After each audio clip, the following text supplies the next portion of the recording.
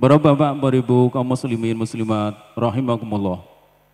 Andi aji coro ingkang kaping 3 mriku mauidhatul hasanah ingkang badhe kawadhar sabdaaken dening panjenenganipun Al Mukarram Romo Kiai Haji Raden Dr. Syarif Rahmatullah RA SI MA selaku pengasuh Pondok Pesantren Ummul Qura Tangerang Selatan. Dumateng panjenenganipun Ki Haji Raden Dr. Syarif Rahmatullah RA SI MA wekdal swasana katur sumangga.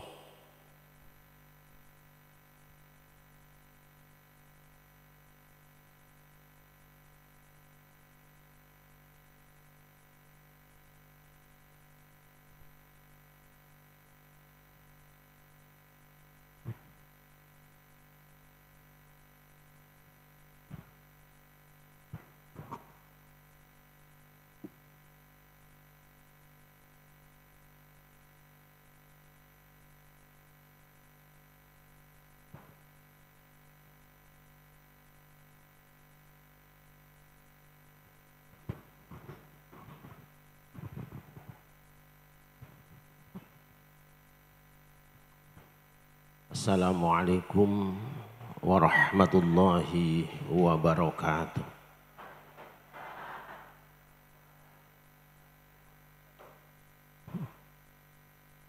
Alhamdulillahi haqqa hamdih. Wassalatu wassalamu ala sayyidina Muhammadin khairi ibadih wa ala alihi wa ashabihi wa man tabi'ahu min ba'dih. Rabbi shrah li sadri wa yassir li amri wahlul 'uqdatam min lisani yafqahu qawli. Subhanaka la ilma lana illa ma 'allamtana innaka antal alimul hakim. Ilahi anta maksudi wa ridhaka matlubi ya'tini mahabbataka wa ma'rifataka. Amma ba'd. Hadratal mukarramin, para alim ulama, para guru, para sesepuh dan tokoh masyarakat, bil khusus pengasuh Pondok Pesantren El Bayan sekaligus guru mursyid Thariqah Syatoriyah panjenenganipun Romo Kiai Haji Apasuki Najmuddin serta Ibu Nyai dan keluarga,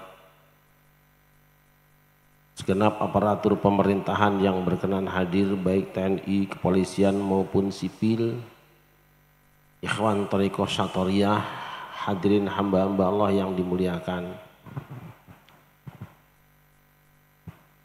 Alhamdulillah untuk kesekian kalinya saya dapat sowan di hadapan Bapak Ibu sekalian di tempat yang mulia ini. Harapan mudah-mudahan apapun yang kita lakukan semenjak dari kediaman masing-masing sampai dan selama di tempat ini hingga kembali nanti dicatat dan diterima sebagai ibadah di hadapan Allah Subhanahu wa taala. Allahumma,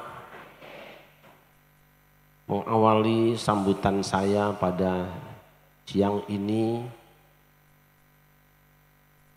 saya ingin sekali lagi bersama-sama membaca suratul Fatihah yang sawabnya kita persembahkan kepada guru kita semua, Al-Maghfurlah Romo Kiai Najmuddin serta Ibu Nyai, juga para kiai-kiai lain yang mungkin saya masih ingat di kawasan sekitar sini.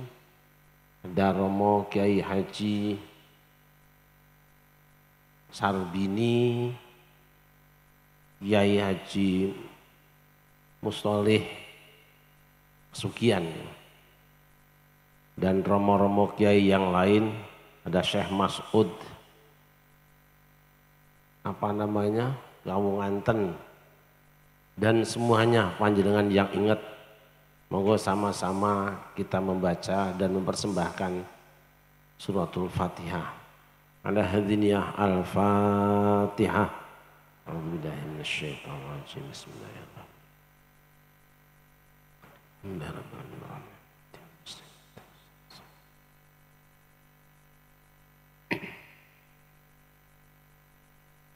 Salawat dan salam kita sanjungkan keharibaan baginda Nabi besar Muhammad beserta segenap keluarga dan sahabatnya, juga tercurah pada kita semua selaku umatnya yang selalu berusaha dan berupaya untuk berjalan sejalan dengan sunnah-sunnahnya. Harapan mudah-mudahan hari kiamat nanti kita semua mendapatkan syafaatnya. Allahumma.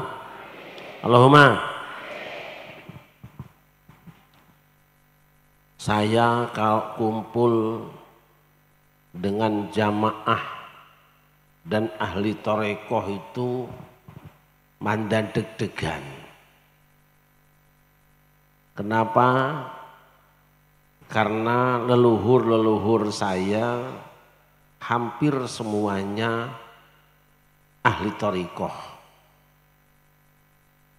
Romo saya terakhir mursyid Naqsyabandiyah Khalidiyah, dan salah seorang pembawa thariqah di Yogyakarta itu simbah saya, Syekh Abdul Rauf. Beliau adalah guru mursyid Satoriyah.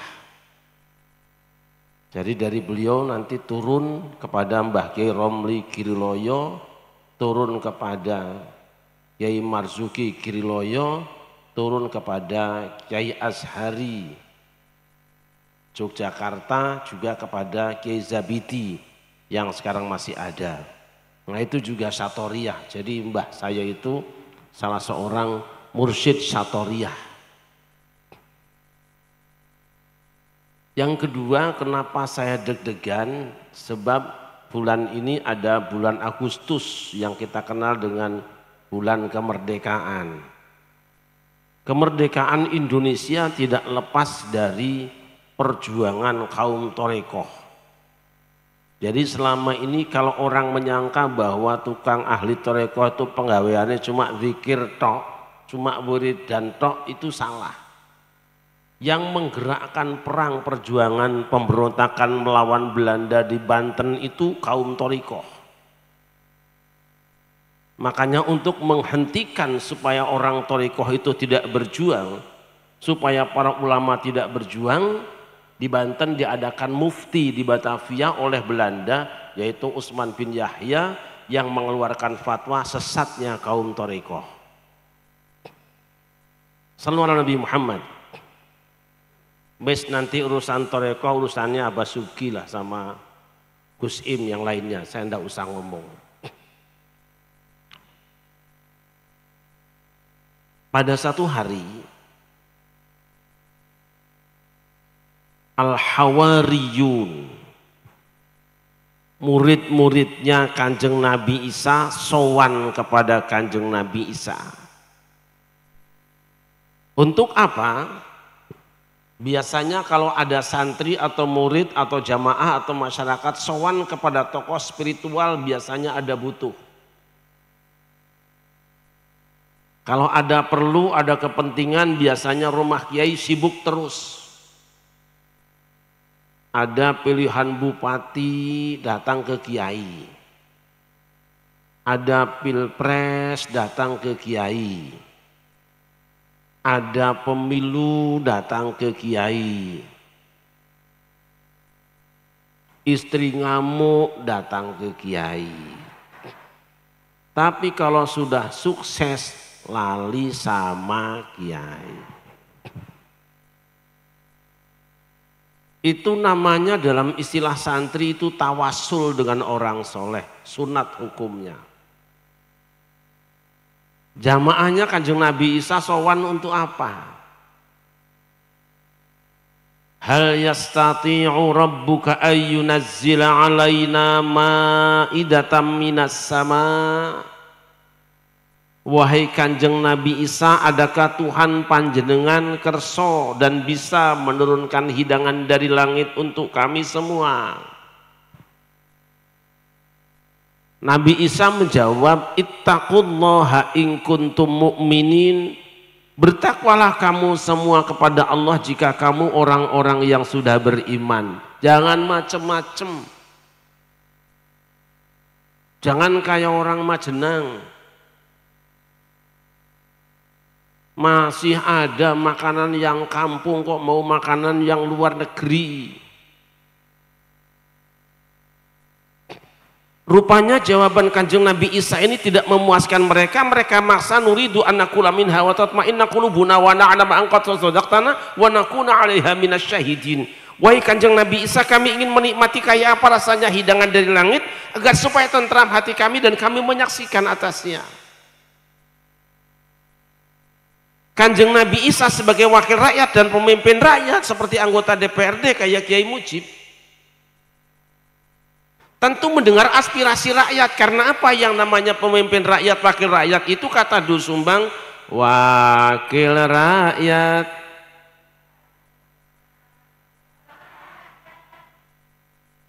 Apal ya Kiai? Satori ya. Akhirnya Kanjeng Nabi Isa mohon pada Allah Subhanahu wa Ta'ala, berdoa kepada Allah atas nama kepentingan rakyatnya sambil berjanji. Kenapa Nabi Isa berjanji? Karena sedang butuh. Biasa dalam hidup ini orang kalau sedang punya butuh sering berjanji, gampang janji. Dulu waktu musim pilihan lurah, para calon lurah datang ke rumah-rumah kiai, datang sowan dengan ibu nyai, datang ke pengajian, datang ke tempat kondangan.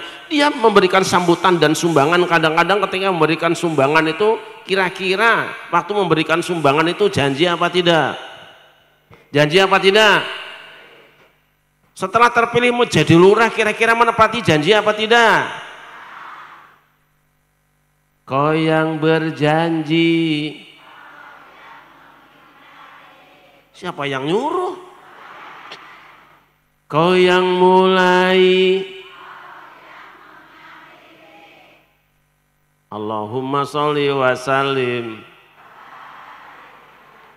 Dulu pada waktu musim pilihan anggota DPRD, para calon wakil rakyat datang pondok-pondok pesantren, datang ke masjid-masjid, datang ke pengajian, ikut pengajian ngasih sambutan dan sumbangan. Kira-kira calon anggota DPRD waktu ngasih sambutan dan sumbangan itu kira-kira janji apa tidak? Janji apa tidak? Setelah terpilih menjadi anggota DPRD menepati janji apa tidak? Kau yang berjanji. Kau yang mulai. Allahumma sholli wa sallim. Dulu waktu ibu masih seorang wanita perawan ayu tingking, datanglah seorang laki-laki yang kelihatan ganteng dari kejauhan. Dia bawa martabak agar bapaknya bisa dijebak dan anaknya bisa dicabak. Dia pura-pura ikut nyapu biar emaknya bisa ditipu. Tuh laki-laki ini ngerayu-rayu kamu. Waktu rayu janji apa tidak? Janji apa tidak? Setelah terpilih menjadi suamimu dan disesali keberadaannya di rumahmu itu menepati janji apa tidak?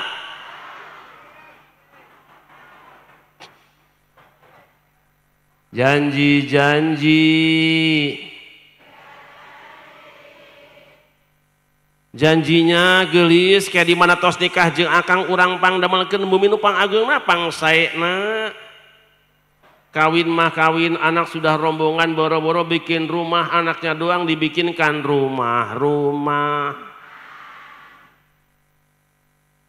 Janjinya Cahayu mengko nek wis kawin karo kakang tak gawe tak gak tukoke mobil sing anyar dhewe, sing apik dhewe, sing larang dhewe. Kawin mah kawin, anak sudah barisan boro-boro beli mobil, anaknya doang diberikan mobil.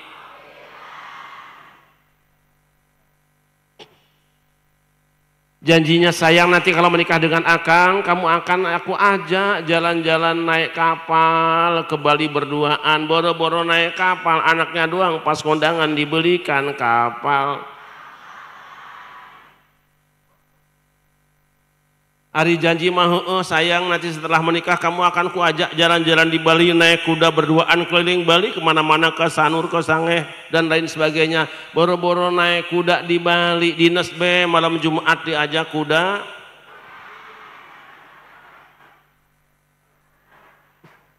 Betul apa betul? Betul apa betul? Nabi Isa berjanji kepada Allah, اللهم ربنا أنزل علينا مائدة من السماء تكون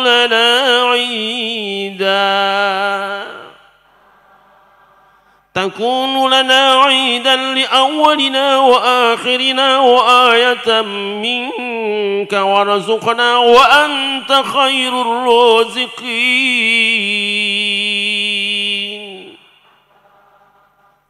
Ya Allah, ya Tuhan kami, turunkanlah kiranya hidangan dari langit untuk kami yang hari turunnya akan senantiasa kami ingat dan kami peringati sepanjang masa, baik oleh kami yang sekarang maupun yang terkemudian. Curahkanlah rizki pada kami semua, sesungguhnya Engkau sebaik-baik pemberi rizki. Tuh janjinya umatnya Kanjeng Nabi Isa. Tawasulan dengan Kanjeng Nabi Isa, bertemu dengan guru, ada mursyidnya, ada pembimbingnya, ada pemimpinnya. Itu sebabnya seringkali kita ketika akan berdoa kepada Allah Subhanahu wa Ta'ala, datang ke rumah guru, sowan kepada mursyid, duduk bareng dengan mursyid supaya doanya diijabah oleh Allah Subhanahu. Insya Allah siang ini yang kumpul di sini doa-doanya diijabah oleh Allah. Semua yang punya hajat diselesaikan. Yang sinau gampang cari ilmu. Yang utang cepet lunas. Sing urung duwe bojo enggan duwe bojo. Sing wis duwe bojo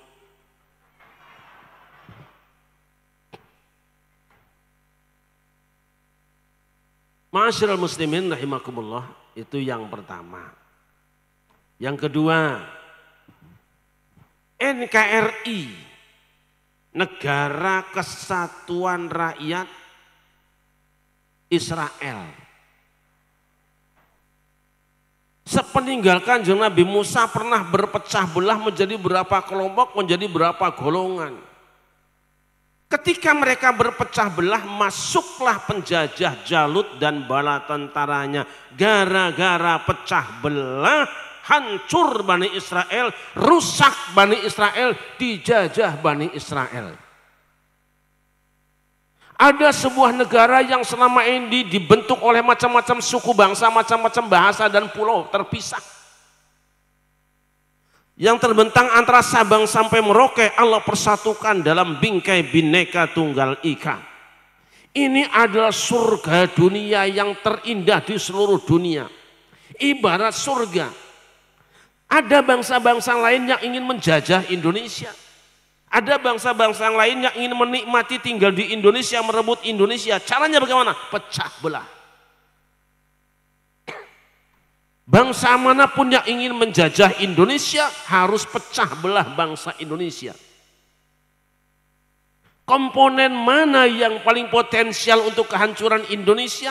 Kristen? Tidak. Komponen mana yang memungkinkan hancur Indonesia? Hindu? Tidak. Komponen mana yang memungkinkan hancur Indonesia? Buddha? Tidak. Mereka jumlahnya sedikit. Kalau Indonesia ingin kita rebut, Indonesia ingin hancur, pecah belah umat Islam Indonesia. Umat Islam yang mana? Tidak semuanya. Yang penting bisa dihancurkan. Kalau kau ingin merebut Indonesia, hancurkan Nahdlatul Ulama.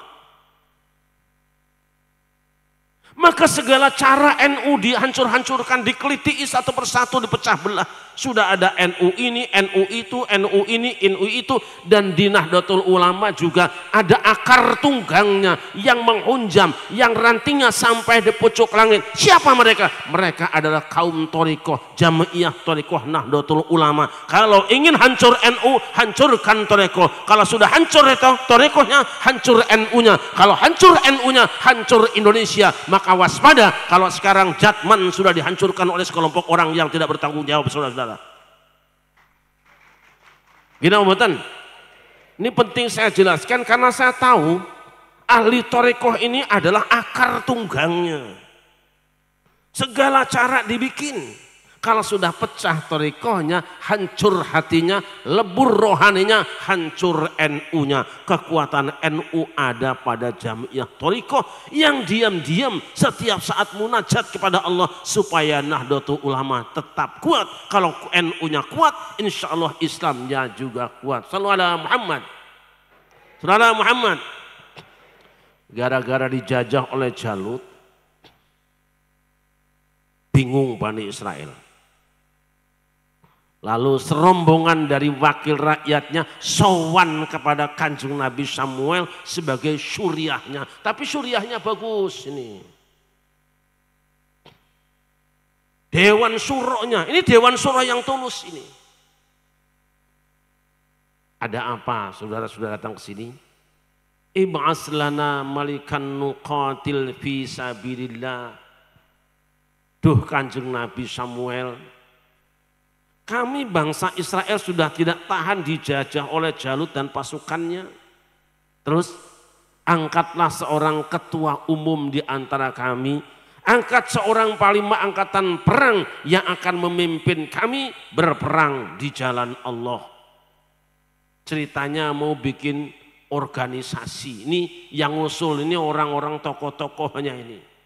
Mungkin DPC-DPC-nya kalau sekarang.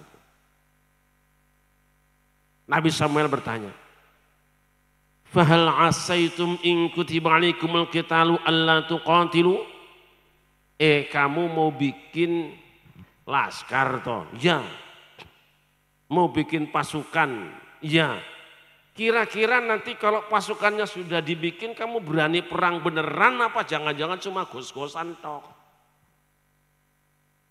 Jangan-jangan cuma pingin rame-rame toh? Jangan-jangan malah kalau sudah jadi organisasi malah sibuk bikin proposal sumbangan terus. Qalu wa ma lana alla nuqatila fi sabilillahi wa qad ukhrijna min diyarina wa abnaina. Bagaimana kami tidak akan berperang di jalan Allah sedangkan kami telah diusir dari rumah dan anak-anak kami? Lalu Kanjeng Nabi Samuel berdasarkan petunjuk dari Allah Subhanahu wa taala mengumumkan, Innallaha qad ba'atsa lakum Taluta malika. Hai Bani Israel, Allah sudah mengangkat Talut sebagai pemimpin kamu. Protes Bani Israel. Keberatan orang Israel, kenapa? Anna yakunu lahul mulku alina wa nahnu ahaqqu bil mulki minhu wa lam yu'ta sa'atan minal mal. Bagaimana dia akan mendapatkan jabatan seperti itu? Bagaimana dia akan memimpin kami sedangkan kami orang-orang yang berhak jadi pemimpin. Dia bukan turunan pemimpin dan dia tidak punya harta yang cukup. Artinya apa? Kata Bani Israel, pemimpin itu syaratnya dua. Satu, karena nasab. Yang kedua, karena punya harta untuk tim sukses. Ini kebiasaan orang-orang Yahudi. Ini kebiasaan orang-orang Israel, saudara-saudara. Tapi Allah jawab, mengangkat seorang pemimpin bukan karena nasabnya. Mengangkat seorang pemimpin bukan karena turunannya. Mengangkat seorang pemimpin bukan karena hartanya. Ada yang lebih unggul dari keduanya. Apa? Allah Subhanahu wa taala telah mengangkatnya bastatan fil ilmi wal jism. Innallaha astafahu alaikum wa zadahu bastatan fil ilmi wal jismi. Allah mengangkat Talut menjadi pemimpin kamu dan dia bekali dengan ilmu dan badan yang lebih sehat, yang lebih prima dari umumnya umat manusia. Jadi yang dipilih oleh Allah Subhanahu wa taala bukan karena turunannya, bukan karena nasabnya, bukan karena hartanya, tapi karena ilmunya. Oleh karena itu para ulama mengatakan orang yang ilmunya banyak, seorang alim, seorang kiai yang nasabnya tidak mulia lebih mulia daripada orang yang punya silsilah pamer tetapi tidak punya ilmu pengetahuan. Jelas mboten? Kan ada orang yang mengatakan sekarang katanya satu orang turunan yang gila lebih mulia daripada kepala 70 orang kiai. Pret. Allah telah mengumumkan bahwa orang yang berilmu di atas kemuliaan orang yang punya turunan. Kau punya nasab Jair bin Bakar, Nilam bin Lele dan lain sebagainya. Ini orang tidak punya nasab mulia, orang tuanya pun tidak diketahui, tapi dia orang punya ilmu, tapi dia orang alim, dia lebih mulia di hadapan Allah Subhanahu wa taala. Cek saha, cek Allah. Jelas mboten? Jelas mboten? Ma'asyiral muslimin rahimakumullah. Pada akhirnya dilantiklah Talut menjadi pemimpin, dan pesan pertama Talut pada jamaahnya apa? Ketika sudah kumpul pasukannya, Talut pesan, innallaha mubtaliikum binahar.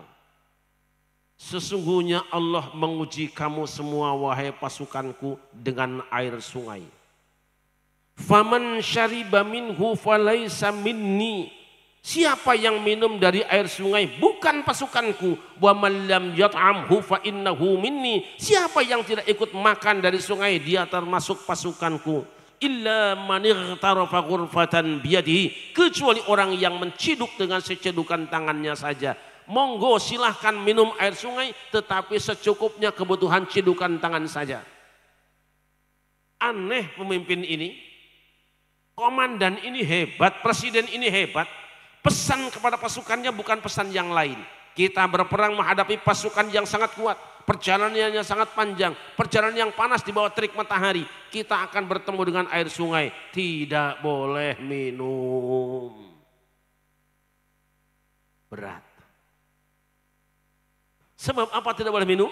Satu, orang yang kekenyangan makan dan minum akan lemes, mules dan pules. Kalau suruh kerja pasti. Dua, sungai itu tempat berkumpulnya macam-macam fasilitas. Di sana ada air buat minum, cuci muka dan buat mandi juga masak. Di sana ada pasir untuk bangunan. Di sana ada batu, tetapi waspada. Di sungai ada dua bahaya. Yang pertama, tidak semua yang ada di sungai itu bersih. Ada yang kotor-kotor, ada sampah-sampah, dan tidak sedikit yang berwarna kuning yang bernama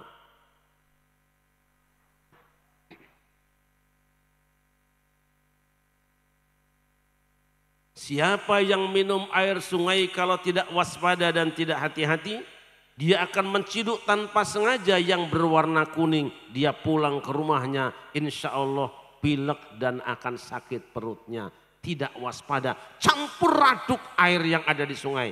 Yang kedua, di sungai, di ujungnya, di muaranya ada bahaya yang sangat besar, yaitu bahayanya buaya. Siapa yang tidak hati-hati, dia akan mengejar ikannya, tahu-tahu sampai di muara bertemu dengan buayanya, dia pun akan jadi korban disantap oleh buaya. Artinya apa saudara-saudara?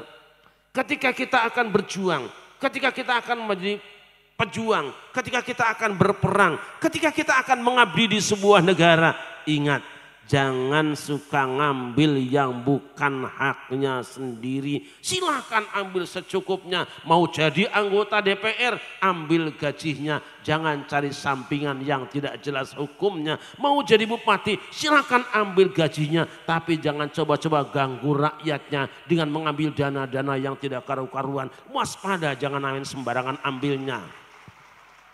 Gimana? Tapi kira-kira ada nggak yang kayak gitu? Di mana itu? Jangan ngomongin Jepara, Pati. Salah sendiri namanya Pati, gitu. Yang jatuhnya Bapak Bupati gitu. Sallallahu alaihi Muhammad. Tetapi apa yang terjadi? Pemimpin berpesan agar supaya jangan mengambil harta yang tidak dihalalkan. Silahkan makan rizkimu, silahkan makan gajimu, tapi jangan korupsi walaupun seperak. Sebab kalau kamu makan korupsi, kau tidak akan mampu berperang, saudara-saudara. Akhirnya apa? Fasyaribu minhu illa qalilan minhum. Mayoritas pasukannya Talut minum. ngambil air sungai, mayoritas pejabatnya korup, mayoritas pengurus organisasinya korup, makan dana haji. Hamba Allah yang dimuliakan, apa yang terjadi ketika pasukan yang sudah kekenyangan minum air sungai ini, makan ikan sepuas-puasnya ini, nyebrang lautan bertemu dengan pasukan musuhnya, la taqata lanal yauma bijaluta wa junudi, kami tidak sanggup menghadapi Jalut dan pasukannya. Wedi, redeg, gemeter, lihat Jalut yang badannya tinggi, kepalanya dibungkus pakai besi, badannya pakai besi, kakinya pakai besi, tangannya pun pakai besi. Bagaimana bisa meruntuhkan dia? Tidak ada yang sanggup. Sebenarnya bukan tidak sanggup menghadapinya, bukan tidak ada yang besar badannya, ada, tetapi terlanjur sudah makan minum air sungai. Orang yang sudah terlanjur korupsi pasti tidak akan bisa bangun negeri ini. Tapi untung Allah masih nyimpen satu orang anak muda. Muncul seorang pemuda namanya Daud, tukang ngangon wedhus. Maju ke depan, aku yang sanggup menghadapi Jalut. Ditanya orang, apa senjatamu? Ketepel. Lah ketepel jangankan buat nembak Raja Jalut, manuk saja kalau nggak kena nggak mati kok. Makin sombonglah Jalut karena melihat lawannya cuma anak muda modal ketepel. Tapi Daud punya keyakinan, meskipun ini hanya senjatanya cuma batu yang dilemparkan dengan ketepel, tapi aku tahu kalau ada alamat kematian. Kalau orang sudah saatnya mati, orang saatnya kalah, kuat atau tidak, kena senjata yang kuat ataupun tidak, walaupun hanya dengan batu kecil, kalau memang alamat matinya di situ, dia akan mati di situ. Wa ma ramaita idz ramaita walakinnallaha rama. Ketika kau melemparkan tombakmu, bukan kau yang melemparnya, sebenarnya yang melempar adalah Allah Subhanahu wa taala. Tugasmu lemparkan saja, untuk menang dan matinya urusan aku oleh Allah Subhanahu wa taala. Maju. Raja yang gagah, Pak. Diketepel. Kira-kira munine piye ya? Munine piye?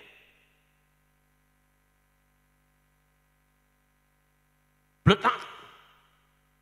Kenang dase pisan. Ada yang mengatakan kena dadanya. Begitu kena batu kecil dari lemparan Daud, sang raja jatuh dan mati di tempat. Merdekalah NKRI, Negara Kesatuan Rakyat Israel. Kenapa mereka menang? Kenapa bisa menang? Karena Daud punya prinsip, kam min fi'atin qalilatin ghalabat fi'atan katsiratan biiznillah wallahu ma'as sabirin. Seberapa banyak kelompok kecil bisa mengalahkan kelompok yang besar dengan izin Allah. Syaratnya kalau mau izin Allah harus dengan penuh kesabaran. Allah bersama orang-orang yang bersabar. Tidak hitungannya, tidak jumlahnya, tidak pengalamannya, tidak senjatanya, tidak fisiknya. Yang bisa memenangkan perjuangan kita adalah karena kita punya kesabaran, bukan punya kekuatan. Apa senjata kita cuma bambu runcing?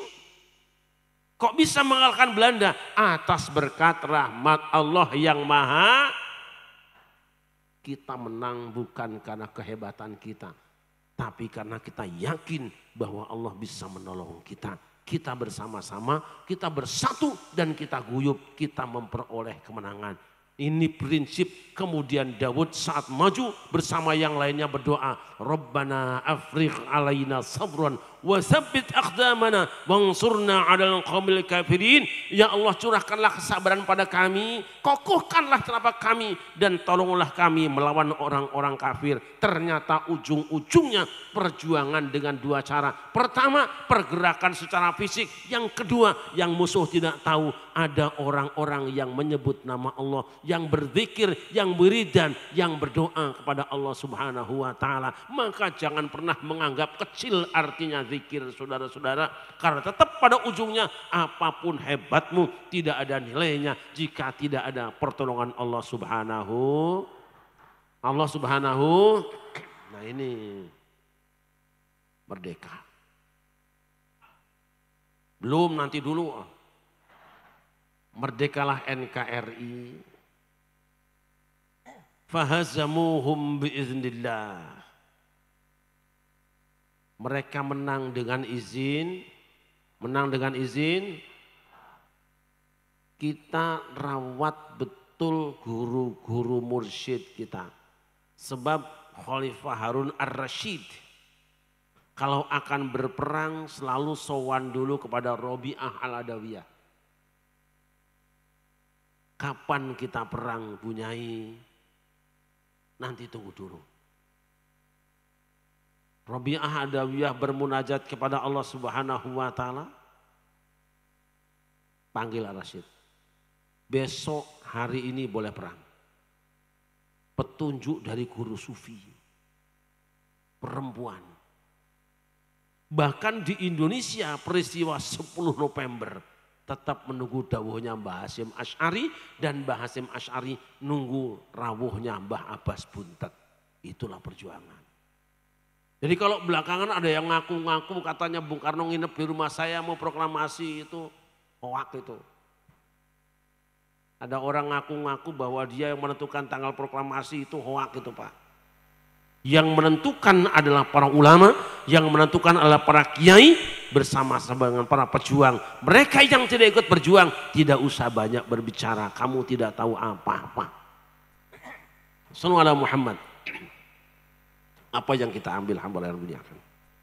Satu, bahwa kita bisa kuat seperti ini karena kita guyub rukun. Kuatnya kita bukan karena kuat perorangan, tapi karena kuat kebersamaan. Gimana? Ingat cerita kancil karo keong mboten? Kelingan mboten? Kelingan kancil karo gajah apa orang? Nah, sekarang ceritanya diganti dengan Doraemon. Sama itu apa namanya yang kayak tahu kuning itu apa namanya? Kok ngerti sih Toreko? Bu, jangan dalam-dalam.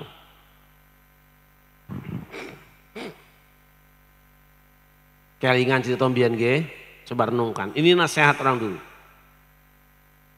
Kancil kecemplung, pas kecemplung sumur bingung nggak bisa naik. Datang seekor, sapal.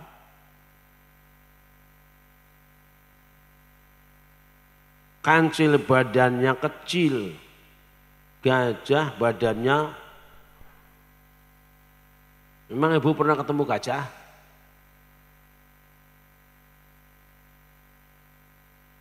Kamu ngapain Cil di situ?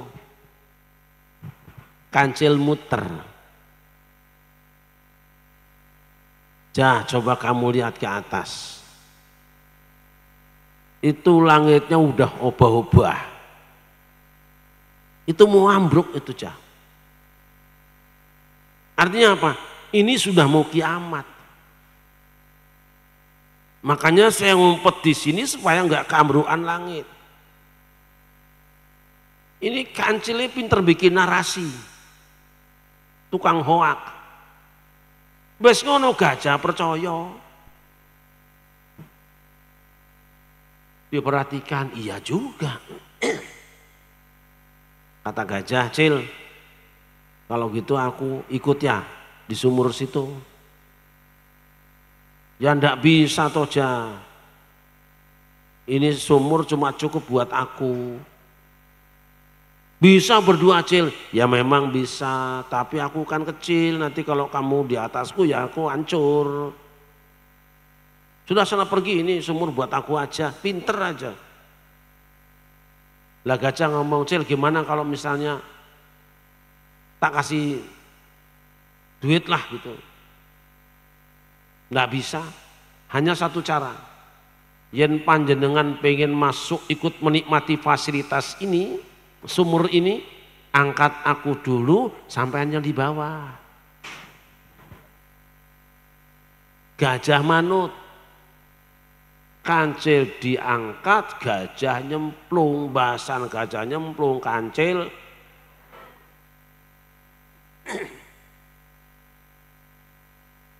gajah kowe tak kandhani kena melu aku no dhuwurmu gajah wis eneng dhuwurmu saiki tak nyolok aku bisa metu gajah tak apusi jalaran kowe cireh saiki slamet tinggal nganti ketemu maneh jane sing obah kae ora liya megane mangerti yo janjane sing tak apusi kowe.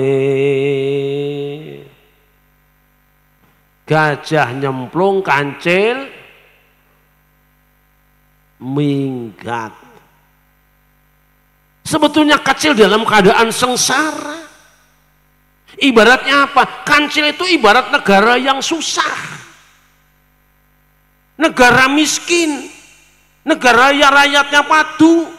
Gajah itu kayak negara subur Indonesia. Tapi kok mau percaya orang yang kayak kancil ngoroin kita, wow itu negeri yang makmur, kalau kami nggak kesini Indonesia akan hancur. Pret kayak apa? Negaramu tuh kok saiki susah, kok percaya aku?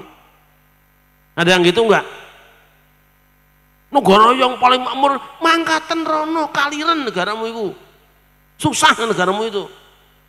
Tapi umat percaya. Tapi sekarang insya Allah bangsa Indonesia sudah kumpul walaupun lemah seperti keong. Kancil nggak bisa main-main. Gimana?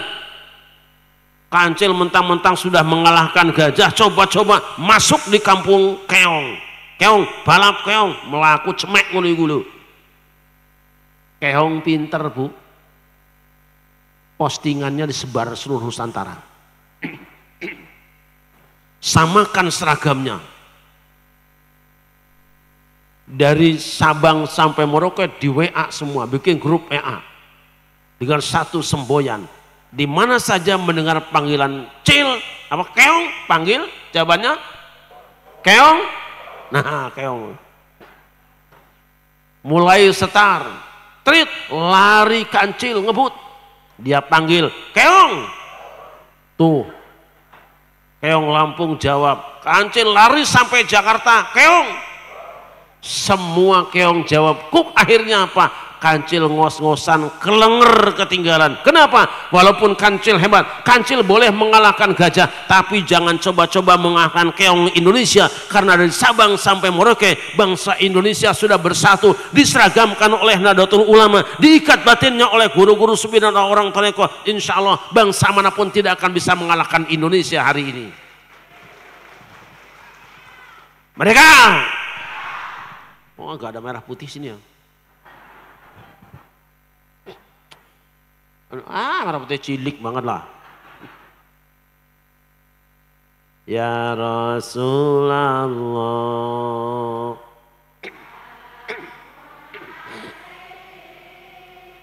Ya Rafi'asya.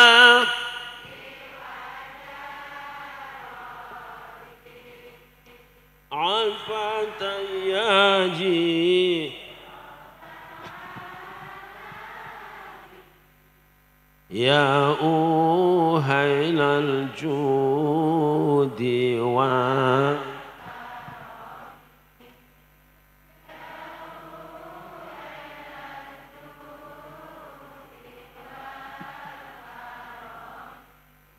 satu, kita jangan pecah Uyup.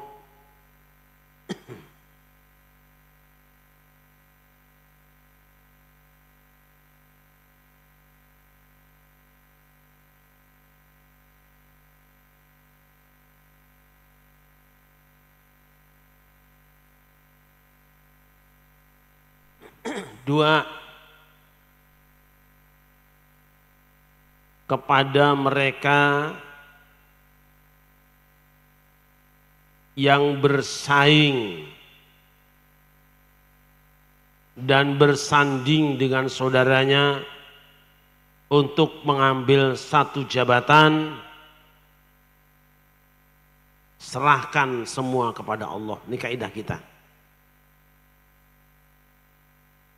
Rasulullah wafat, para sahabat sempat bersitegang urat leher untuk menentukan siapa calon pemimpin umat Islam.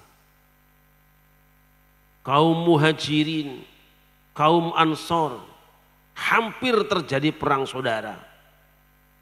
Proses. Dua-duanya kampanye, mengajukan calonnya. Tapi pada akhirnya ketika telah ditetapkan Abu Bakar terpilih sebagai khalifah, semua mengatakan sami'na wa ata'na. Selesai. Itu sebabnya ketika Nahdlatul Ulama muktamar di Jombang, bersih tegang urat leher kita, berdebat kita, tetapi setelah ditetapkan Kang Said Agil Siraj sebagai pemimpinnya, sami'na wa ata'na, selesai perbedaan. Demikian juga ketika terjadi muktamar di Lampung, panas, ramai, bersih tegang urat leher kita. Tetapi ketika ditetapkan Gus Yahya sudah sebagai tanfidiyahnya, sami'na wa ata'na, dengan segala kekurangannya kita tetap menerima. Dan ketika bangsa ini hajatan besar, ada beberapa calon presiden, bersih tegang kita, berdebat kita, ribut kita, caci maki kita. Tapi setelah ditetapkan Prabowo presidennya, sebagai bangsa yang sadar, sami'na wa ata'na, jangan ganggu pekerjaannya. Karena mengganggu pekerjaan seorang presiden yang akan menyebabkan gagalnya kepemimpinannya, berarti kita telah mengganggu kebahagiaan seluruh rakyat Indonesia.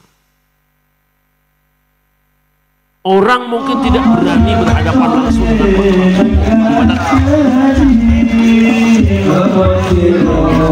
tapi beliau akan diruntuhkan lewat cara pinggirannya terlebih dahulu. Sakiti, keliti'i dulu kabinetnya, keliti'i wakil rakyatnya. Nanti kalau wakil-wakilnya sudah jatuh, maka rubuhlah pemimpinnya.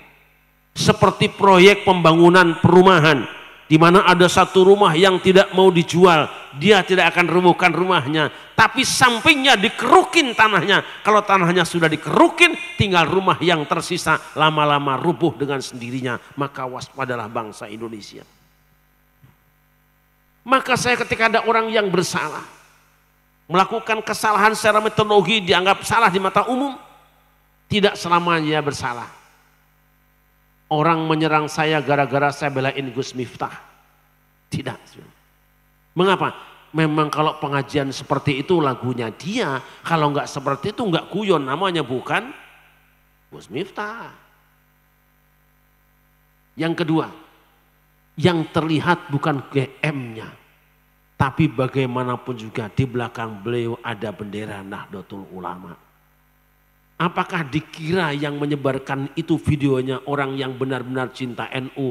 Mungkin beliau tidak cinta NU atau ada pribadi dengan Gus Miftah. Ketika saya sampaikan, cari dulu pelakunya biar selesai apa motivasinya. Banyak kiai NU yang menyerang saya. Tapi ketika Gus Miftah sudah jatuh dan sekarang diganti yang bukan NU, baru sadar. Kita punya wadah besar. Korbankan kepentingan pribadi itu yang lebih besar. Hamba Allah yang dimuliakan. Ini yang kedua. Silakan Anda bersaing, silakan Anda bertanding, silakan Anda bersanding rebutan. Tapi siapapun yang sudah jadi di antara kita, dia adalah bagian dari hidup kita. Jangan suka mengganggu. Yang ketiga, ketika engkau telah diberi amanat, pegang amanat dengan baik. Jangan mengambil apa yang tidak menjadi hakmu. Karena cepat atau lambat akan dibuka aibmu. Kemarin orang berjaya bergagah-gagahan. dengan harta hasil korupsinya, tapi hari ini mereka tidak bisa tidur.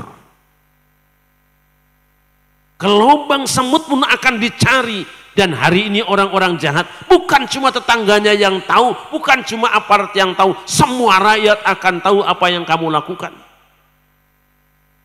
Jangan lakukan keburukan walaupun banyak membela, dan kau tidak akan bisa sembunyikan.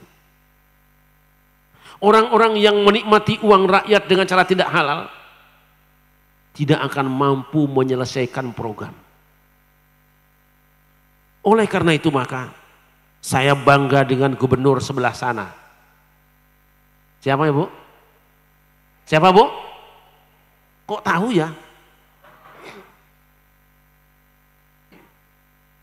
Ketika negara mengucurkan dana ratusan miliar, puluhan miliar, hanya 1-2 pondok pesantren dan yayasan yang menikmatinya. Sementara pondok-pondok pesantren Nahdlatul Ulama tidak kebagian apa-apa. Dari 100 miliar barangkali hanya 1 di Cirebon, dan itu hanya 500 juta. Yang lainnya tidak kebagian, yang lain diambil mereka. Maka dia mengatakan stop dulu dana hibah. Supaya apa? Supaya jelas dulu siapa penerimanya dan kemana saja pertanggungjawabannya. Di stop, mereka ngamuk semuanya. Yang ngamuk-ngamuk ke KDM sebenarnya yang sudah kaliren itu saudara-saudara. Yang sudah kenyang kemarin, begitu di stop sekarang marah-marah. Luar biasa, kita doakan KDM insya Allah mudah-mudahan beliau istiqomah dan jalan terus pekerjaannya. Amin. Kenapa? KDM itu orang Thariqah, beliau Thariqah Qadiriyah Naqsyabandiyah. Jadi jangan dianggap orang Thariqah nggak punya keberanian. Iya, dia dekat dengan Allah akan hilang rasa takutnya. Apapun yang dia lakukan, walaupun orang tidak suka, dia punya gantungan Allah Subhanahu wa Ta'ala. KDM itu anak buahnya Abah Hanam Saibul Wafat Tajul Arifin. Sallu ala Muhammad. Karena apa? Ada orang-orang yang selama ini menikmati pembangunan. Ada uang datang, tahu jalurnya, ambil 10 miliar. Ini tangganya orang dapat. Itu yang sekarang dibuka, dibersihkan oleh KDM dan oleh Pak Prabowo. Dibersihkan, bukan berarti dana hibahnya dihentikan sama sekali. Pastikan dulu siapa penerimanya. Dan uang ini akan keluar lewat jalur yang lain. Sebab jalur yang kemarin sudah dirusak oleh babi-babi ngep. Itu. Makanya yang marah-marah, saya kaget teman-teman kita ada PKB Jawa Barat marah juga. Saya ingatkan Caimin, punten sahabatku Caimin, ini PKB Jawa Barat komentarnya miring. Saya berharap orang ini diingatkan. Dan kemarin salah seorang kiai juga ikut nyentil, Masya Allah karena tidak tahu masalahnya. Kalau tidak tahu masalahnya cukup di nek orang ngerti menuiku. Hamba Allah yang dimuliakan, 3. Yang keempat, dalam perjuangan apapun engkau boleh melihat musuhmu kuat, tapi ada yang lebih kuat yaitu Allah Subhanahu. Syariatnya perbanyak zikir dan doa pada Allah. Ini senjata kita. Yuk kita baca lagi sejarah lama.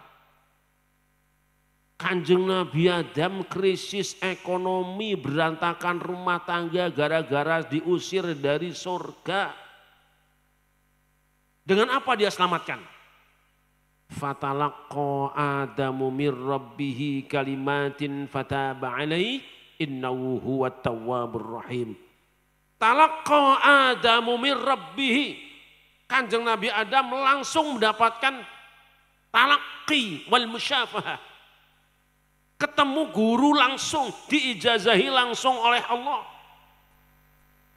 Dapat langsung ijazah dari Allah Subhanahu wa Ta'ala beberapa kalimat, cuma kalimat yang dibaca. Apa yang dibacanya? Rabbana dzolamna anfusana wa illam taghfir lana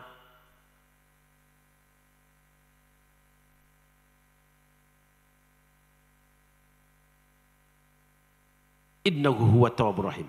Diijabah oleh Allah Subhanahu wa Ta'ala yang tadinya misah dengan istrinya, yang tadinya krisis ekonominya, yang tadinya berantakan rumah tangganya. Adam digiring kakinya dari India sampai Jabal Rahmah, bertemu dengan istrinya, rukun kembali, stabil kembali ekonominya, bahagia lagi hidupnya karena baca Masya Allah, ibu-ibu Majenang paling rajin istighfar ya. Rajin banget. Tadi juga di situ saya dengar istighfar. Di masjid istighfar, di majelis istighfar, di rumah, di pasar, di pengajian, anaknya bandel di kampung, jebret, astagfirullahaladzim. Bojone ora balik-balik, kurang asem, jebret. Listrik muni-muni orang bayar. Masya Allah. Istighfar itu adalah amaliyah zikir. Ternyata kekuatan kita bukan pada fisik kita, tapi ada batin kita yang nyambung dengan Allah Subhanahu wa Ta'ala. Lihat Kanjeng Nabi Yunus. Nabi Yunus dicemplungkan ke lautan, dimakan oleh ikan hiu. Gak bawa handphone, gak bawa senjata, gak bawa perlengkapan, tidak komunikasi dengan siapapun, tidak ada manusia pun yang menolong. Apa senjatanya? Membaca tasbih. La ilaha illa anta subhanaka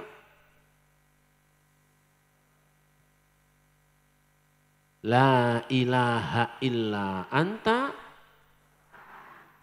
ini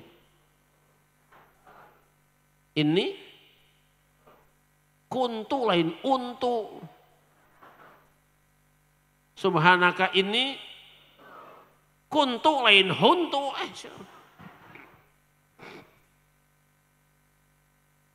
Fastajabna lahu wa najjaynahu minal ghammi wa kadzalika nunjil mu'minin. Maka kami perkenankan doa Yunus, kami selamatkan dia dari kegelapannya. Begitulah kami selamatkan orang-orang yang beriman. Ternyata senjatanya apa? Falaula innahu kana minal musabbihin la labitha fi batnihi ila yaumi yub'atsun. Kalau dia tidak termasuk orang yang banyak baca tasbih, sampai hari kiamat dia berada di dalam perut ikan. Ternyata senjatanya adalah tas. Kurang apa Kanjeng Nabi Ibrahim?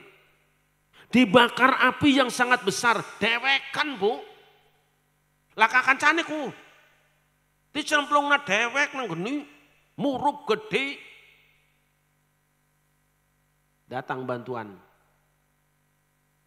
Malaikat menawarkan Ibrahim, perlu bantuan? Dari kamu tidak, dari Allah iya. Minggir. Ada juga cebong. Kodok, bapak cebong apa kayak? Ikut nyemprot, orang mempan. Berapa sih kodok?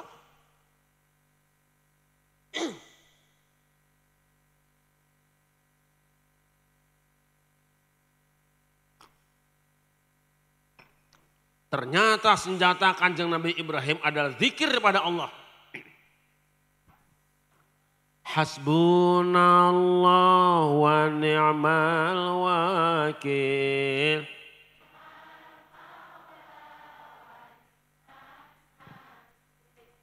Hasbunallah.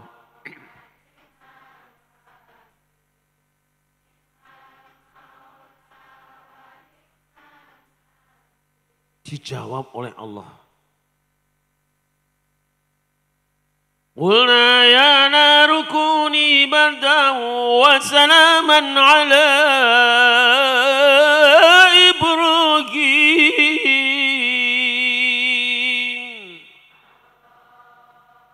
Kami katakan wahai api, dinginlah kamu dan berikan jaminan keselamatan pada Ibrahim. Habis kayu bakarnya, padam apinya, Ibrahim mati lecet-lecet, teu cecel-cecel, teu hidung-hidung. Ini ngerti Sunda gak sih?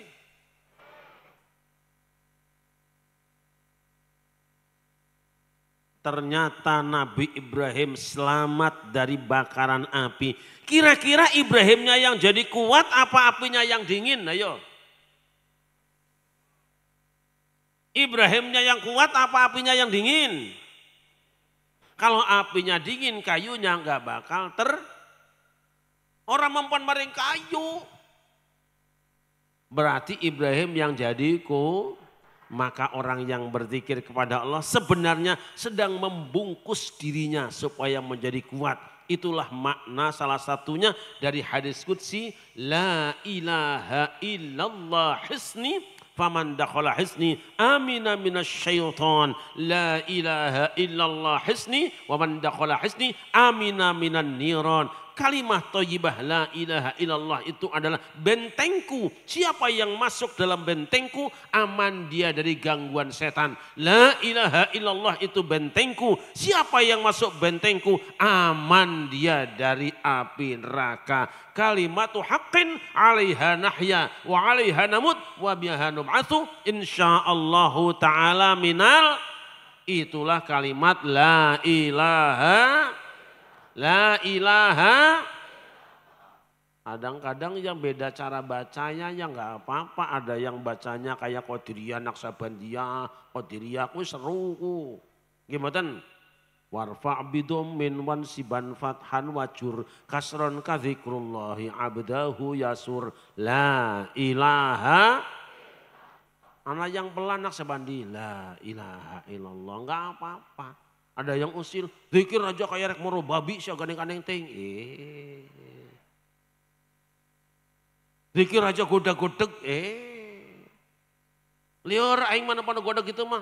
Nya heueuh hatun raja nya godeg lieur meureun.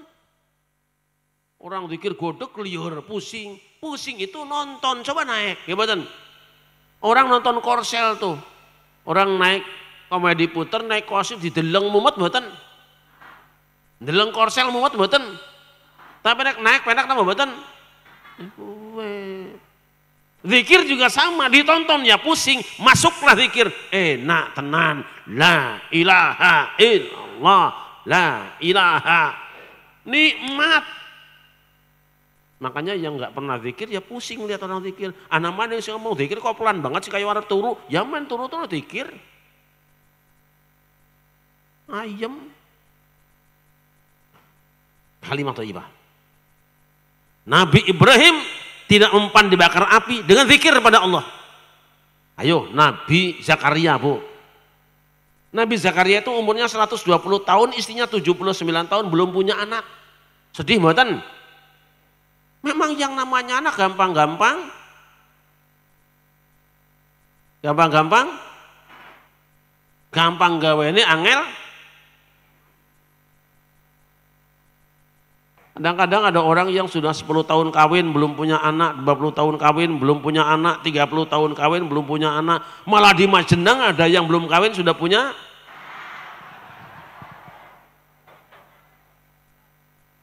Maklum kata orang sini katanya zaman parabola, rubah parawan jebol ti heula. Sing wedo kaya kacang kedeli nganggo kutang ketok mudele. Nabi Zakaria mengalami ini. Tabib tidak sanggup. Dokter tidak mampu, otak tidak masuk, otot tidak bisa, tidak masuk. Kemana dia? Rabbi habli min ladunka dzurriyyatan thayyibatan innaka sami'ud du'a. Ya Tuhan berikan padaku keturunan yang baik, sesungguhnya Engkau Maha mendengar doa. Tetapi Zakaria ketika akan berdoa milih tempat. Enggak sembarangan. Di mana tempatnya? Hunalika da'a Zakaria rabbahu. Qala rabbi habli min ladunka dzurriyyatan thayyibatan innaka sami'ud du'a. Disitulah di tempatnya Maryam. Maryam itu santri. Cuma santri ini istimewa karena apa? Setiap hari di sentongnya itu ada sembako. Santri tiap hari ada makanan. Nabi Zakaria sebagai paman dan gurunya bertanya, "Anna laki hadza?" Dari mana ini Maryam? Apa ada COD apa? Kamu punya pacar? Enggak. Huwa min indillah. Ini dari sisi Allah. Karena Maryam ini wanita yang menjaga kehormatan dan kesuciannya, maka tiap hari ada malaikat yang mengirimkan makanan di kamarnya. Tahu Zakaria, Maryam bukan nabi, tapi Maryam seorang waliyah, seorang wali perempuan. Hunalika da'a Zakaria rabbah. Di tempat itulah Zakaria berdoa pada Tuhannya. Ngalap barokah. Kalau tadi kita awal ngalap barokah dengan orangnya, sekarang tempatnya. Ini sebabnya Ahlus Sunnah wal Jamaah meyakini bahwa ada tempat-tempat yang mengandung barokah di muka bumi ini yang kalau kita berkunjung ke sana lalu berdoa di sana, Allah cenderung mengijabah doa kita. Di mana saja, satu tempatnya orang soleh. Al-Imam Jalaluddin As-Suyuti menyusun tafsir Jalalain, tahu tempat di mana Imam Nawawi Ad-Dimashqi dulu pernah belajar, tahu di mana dia sholat sunat, tahu di mana dia zikir ketika dia ingin jadi ulama. Al-Imam Jalaluddin As-Suyuti belajar di tempat belajarnya Imam Nawawi, sholat sunat tempat sholatnya Imam Nawawi, dan zikir tempat zikirnya Imam Nawawi. Sepeninggal Imam Nawawi memang Al-Imam As-Suyuti yang menjadi seorang mujtahid walaupun bukan mujtahid mutlak, menjadi ulama besar. Ini tempat orang soleh. Yang kedua, yang ngandung barokah adalah makamnya orang soleh. Bu, ada satu hadis dalam riwayat Muslim. Ketika bicara tentang zikir, ujung kalimatnya, humul julasa'ul ladzi la yashqa bihim jalisuhum. Mereka adalah orang-orang teman-teman duduk, teman bergaul, yang siapa saja bergaul dengan mereka tidak akan rugi dan celaka. Siapa mereka? Orang-orang soleh. Oleh Al-Imam Ibnu Jazari difahami bahwa hadis ini menjadi dalil duduk bersama orang soleh, bergaul dengan orang soleh, berdoa di samping orang soleh, hidup maupun matinya sama. Tempat kuburan orang soleh ada tempat nyalap barokah yang mustajab. Makanya sampai hari ini Ahlus Sunnah wal Jamaah seringkali berkunjung ke ziarah ke wali-wali, bertemu dengan para ulama dan guru-gurunya. Di kuburnya dia berdoa kepada Allah, bukan minta pada kuburan, dia minta kepada Allah tapi dengan barokah gurunya. Pengasuh pesantren Kerapia, hampir tiap saat mereka ziarah kubur leluhurnya, bahkan ziarah kubur kepada Mbah Syihabuddin karena dianggap sebagai seorang ulama yang dekat dengan leluhurnya. Maka tidak salah jika sampai hari ini anak-anak santri yang menghafal Quran di Kudus, tiap hari ada yang di kuburannya Mbah Arwani Kudus. Dia baca Quran, dia hadiahkan dan ngalap barokah di situ. Untuk santri-santri dan murid-murid, di sini ada seorang hamba Allah yang soleh, Mbah Kiai Najmuddin. Tidak usah yang jauh-jauh. Bacalah Al-Quran, ziarah kuburnya, ngalap barokahnya. Insya Allah luber barokahnya pada kita semua. Saya ini pernah dibilang tahun 99 saya kesini dulu. Setelah bertemu dengan Mbah Kiai Sarbini, Mbah Kiai Muhtaram, nggak tahu masih sugeng apa tidak beliau. Ya di antara gara-garanya ya Kiai Subki juga, Kiai apa namanya, Kiai Mujib juga. Tuan, dia sempat bilang, wes Syarif Ahmad jadi anakku. Merinding saya. Ini doa. Ini doa yang membuat kita tambah semangat. Maka kalau ke sini ya saya anggap pulang ke rumah sendiri juga. Karena beliau pernah mengatakan itu dan berapa kali saya sempat sowan beliau. Kalau sama Kiai Subki kan baru kemarin-kemarin aja makan apa? Grameh, makan grameh. Sallallahu alaihi Muhammad. Itu hebatnya doa. Nabi Zakaria mohon pada Allah Subhanahu wa taala. Tadi yang kedua, tempat mustajab adalah kuburnya orang soleh. Ziarah kubur. Tapi hati-hati, hari ini banyak kuburan palsu, Pak. Di Banjarsari, Pamarican, ada kuburan palsu, disebutnya Syekh Dimyati Salam Nunggal. Saya pulang, saya cek. Ini aku orang sini tahu sejarahnya. Kuburan setan pun mungkin aku tahu di sini. Kuburan siapa ini? Tidak ada ceritanya. Sudah dibikin siapkan kotak amal juga, dibikin bangunan juga. Ternyata katanya yang dapatnya orang sini nih. Siapa tuh? Katanya dapat mimpi, dapat petunjuk bahwa ini. Ngimpimu emang mimpi Nabi apa? Hati-hati. Ada upaya untuk menggeser kemuliaan Wali Songo. Saya sudah melakukan penelitian dari tahun 2010. Sebelum ramai masalah nasab ini. Sudah saya tulis, saya seminarkan. Ternyata hampir dari Sabang sampai Merauke ada pemalsuan kuburan dan pelakunya kelompok itu. Untuk apa? Ziarah kubur kotak amal. Orang pertama yang angkat masalah Mbah Priuk ini orangnya. Karena saya tahu persis peristiwanya. Ketika sudah ramai kasus Mbah Priuk, dikumpulkan para ulama, para kiai, para habaib dan para pejabat, disimpulkan bahwa kuburan Mbah Priuk yang sekarang ramai diziarahi dianggap seorang wali adalah kuburan palsu.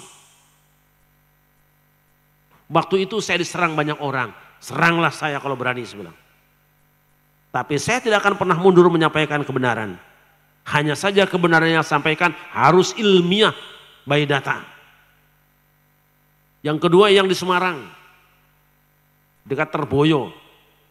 Saya akan berceramah dengan TV One di Sunan Kalijogo, mampir di satu masjid dekat pom bensin. Ternyata di situ ada satu ruangan yang pakai kelambu.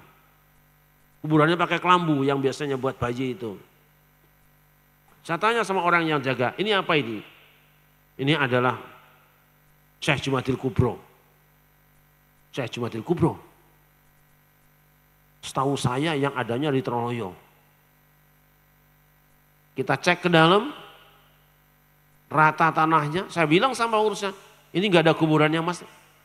Saya yakin gak ada kuburannya ini. Ya memang ini cuma petilasan katanya. Sekian tahun kemudian, tahu-tahu sekarang sudah ada kijingnya di atasnya. Dancuk saya bilang orang. Siapa pelakunya? Jangan disebut namanya. Tapi gini aja yang penting. Saya ingin baca pantun ke. Sengkuni dari Yogyakarta. Pendeta Dorna Pekalongan. Kalau tidak ada yang berani berkata-kata, kita semua akan kecolongan. Paham? Silakan mau pakai bait pertama, yang kedua sama saja. Di mana-mana kuburan palsu, maka wis kalau mau ziarah kubur, satu, ziarah kubur orang tua sendiri. Jelas mboten? Jelas mboten? Jenengan orang tuanya jelas mboten sih? Enggak, panjenengan bapaknya genah apa orang ya?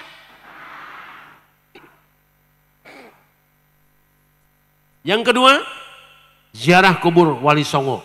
Yang sudah pasti-pasti saja. Yang ketiga, ziarah kubur guru-guru kita sendiri. Ulama kita sendiri. Itu lebih utama daripada kita percaya dengan kuburan-kuburan hoak. Hati-hati. Kita mengenal beliau di sini sejak lama. Tidak perlu tergoda untuk kemana-mana. Allah sudah pasang di sini, sudah ada tokonya, ada agen agamanya orang soleh di sini. Kesitulah berziarah kita. Sekarang banyak orang wali-wali bohong, pura-pura jadab. Alah, swadek maju sepeda kotok lah, ngerti nyong lah. Tulisan Majzub itu mirip-mirip dengan Majnun. Coba tulis, ayo. Gimana? Majzub, sambung Majnun. Kowe kira-kira wong kowe iki Majzub apa Majnun kowe? Nek Majzub itu orang sufi, ulama yang sudah mengajarkan ilmunya, mengamalkan ilmunya, tiba-tiba ada masa-masa syatohat, ekstas. Saking cintanya kepada Allah, seakan-akan dia lupa dengan lingkungannya. Tapi karena cinta kepada Allah, ini orang mulang, orang ngaji, orang jemuahan, orang kok Majzub lah Jan.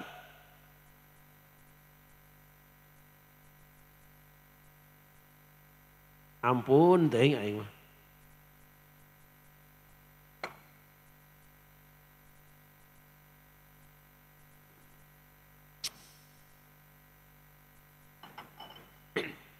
Kemudian Kanjeng Nabi Zakaria dapat wiridan, langsung diijazahi oleh Allah.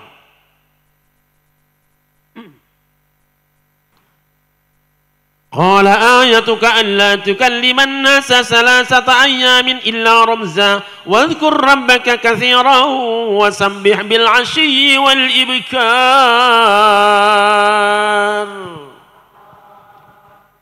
Zakaria, tandamu. Nah ini kalau ulama-ulama alim ini nangkapnya isyarat perintah sebetulnya.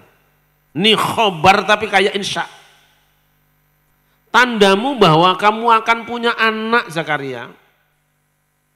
Satu, Allah tukalliman nasa salasata ayyamin illa rumza. Kamu tidak berbicara dengan sesama umat manusia selama 3 hari 3 malam kecuali dengan isyarat tangan saja.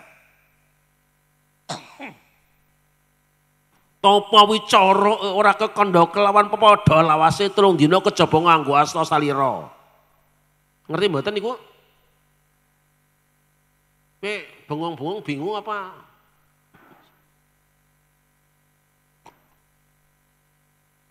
Hari nang Cilacap taman dan wedi kita Cilacap itu bisa cilaka lamun salah ucap kayak gue. Nek majeneng ora asal maju pasti menang kayak gue. Topo wicara lawase 3 ora kekondo terlawan pepodo lawase 3 dina kejaba nganggo asta salira. Paham mboten? Wis gampangnya aja ngomong 3 dina kae wis. Topo wicara. Ini menjadi dalil bahwa ulama Thariqah sebagiannya itu ada mengamalkan topo wicara seperti Thariqah Tijaniyah. Thariqah Tijaniyah itu ada tidak bicara 3 hari, 7 hari sampai 10 hari. Ini contohnya di Quran. Yang kedua, Wadhkur rabbaka katsira, banyaklah engkau berzikir pada Tuhanmu, banyak membaca la ilaha. Tidak boleh ngobrol tapi wajib zikir. Jangan ngobrol banyak zikir. Persis ibu-ibu Majenang gak pernah zikir banyak. Najis aing mah.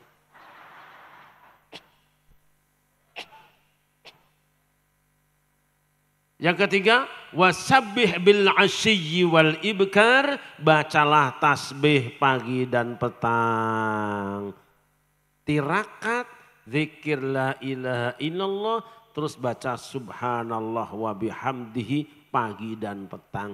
Diamalkan oleh Nabi Zakaria selama 3 hari 3 malam. Tiba-tiba istrinya nenek-nenek 80 tahun met ren bun ngen ngendog emang bebek apa? Mendut nggih.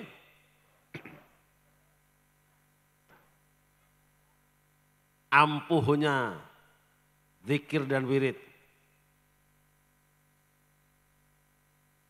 Cuma 3 hari 3 malam diamalkan. Nenek-nenek 80 tahun bisa hamil.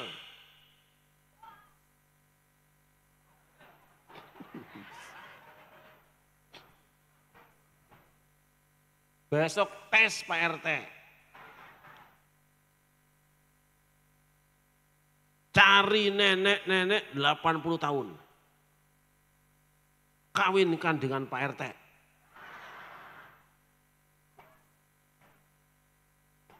Setelah kawin diwirid dengan wiridnya Nabi Zakaria. Hari keempat ternyata sang nenek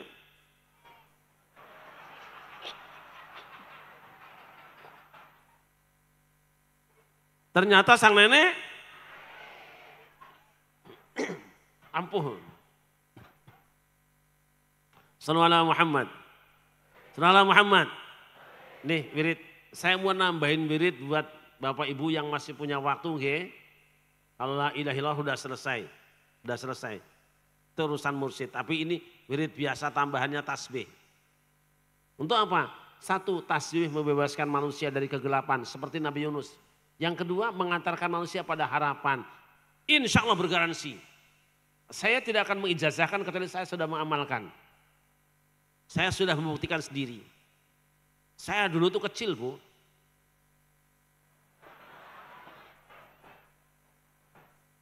Bener gak ini? Saya dulu kecil sekarang. Dulu saya nggak punya istri.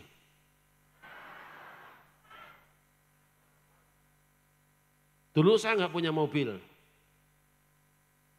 Sekarang nggak punya, cuma 4 biji lah. Apa rahasianya? Zikir. Zikir. Soal kerja orang bersama-sama, usaha biasa bersama-sama. Tapi untuk download anugerah dari Allah, zikir. Nah tambahannya apa? Tambahannya adalah tasbih. Tasbih. Kapan baca tasbihnya? Berapa kali? Yang namanya zikir dan berzikir itu kayak obat ibu-ibu ya. Nanti boleh direkam, dianalisa kembali di rumah. Namanya zikir itu kayak obat dan kayak senjata. Masing-masing obat, masing-masing senjata. Sering saya contohkan, pisau tajam, silet tajam, kampak tajam, samurai tajam, pedang tajam, gergaji tajam, tapi ono penganggone dewe-dewe, gimana? Silet tajam itu buat ngeres kertas. Tapi kalau silet tajam buat nebang pohon, geli doang. Tugel bisa. Gergaji tajam buat motongin kayu. Lah kalau gergaji tajam buat nyunatin bocah, hancur otongnya. Kampak tajam buat belahin kayu. Lah kalau kampak tajam buat potong komes, rata sairung-irungnya. Artinya apa? Bismillah tajam, hamdalah tajam, istighfar tajam, semuanya tajam. Tapi masing-masing ada pemakainya. Nah hari ini kita akan pasang satu tasbih. Biasanya kita kalau supaya dibantu Allah apa? Supaya dibantu oleh Allah, mulai bekerja baca dapat nikmat supaya ditambah oleh Allah baca alhamdulillah. Punya dosa supaya diampuni oleh Allah baca astagfirullah. Diganggu setan dapat musibah inna. Mertua mati alhamdulillah. Masing-masing. Alam mertua latak menggawani kurga pletok apa diurip-urip lah. Lihat nih. Bismillah bu, kurang apa ampuhnya bismillah. Nabi Sulaiman kirim surat kepada Balkis. Balkis itu ratu yang luar biasa. Begitu baca surat Kanjeng Nabi Sulaiman, gemeter. Kenapa gemeter? Di suratnya ada wa innahu min Sulaiman wa innahu bismillahirrahmanirrahim. Innahu min Sulaiman wa innahu bismillahirrahmanirrahim. Alla ta'alu alayya wa'tuni muslimin. Gertaknya Sulaiman, jangan ngelawan aku, nyerahlah kamu. Tapi dimulai dengan bismillahirrahmanirrahim. Baru bismillah, tok, sudah bikin Balkis gemeteran. Bismillahnya ampuh. Kenapa ampuh? Yang nulisnya Kanjeng Nabi Sulaiman. Lah coba kalau bismillahnya Departemen Agama, alah ora ampuh lah. Nanti korupsi sih separoh.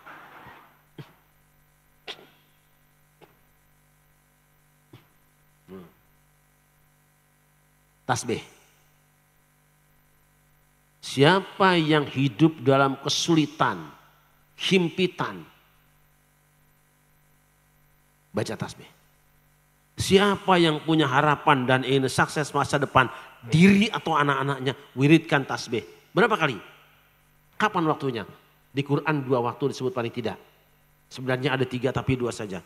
Wasabbih bil ashiyyi wal ibkar.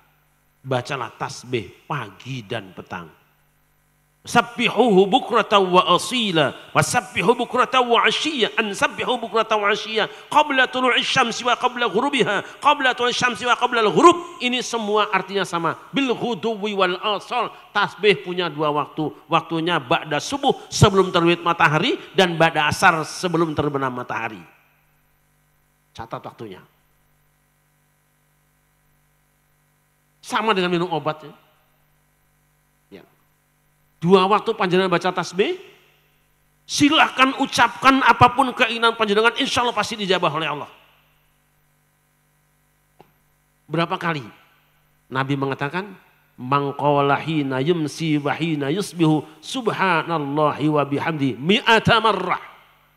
Lam ya'ti ahadun qat bi afdala mimma jaa'a bihi illa ahadun qala misla ma qala aw zada alaihi. Siapa yang membaca subhanallahi wa bihamdihi pagi hari dan sore hari masing-masing 100 kali, maka tidak ada yang datang menghadap Allah nanti yang lebih baik dari dia kecuali yang sama bacaannya atau lebih banyak dari dia. Pengpinten bu?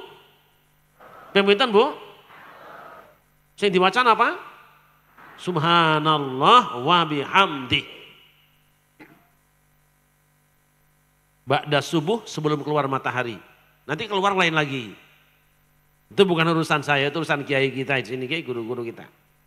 Ba'dal asar sebelum terbenam matahari. Kalau terbenam lain lagi urusannya. Insya Allah. Apapun kesulitan, himpitan dan jeritan ibu akan dirubah menjadi jalan terang. Allahumma.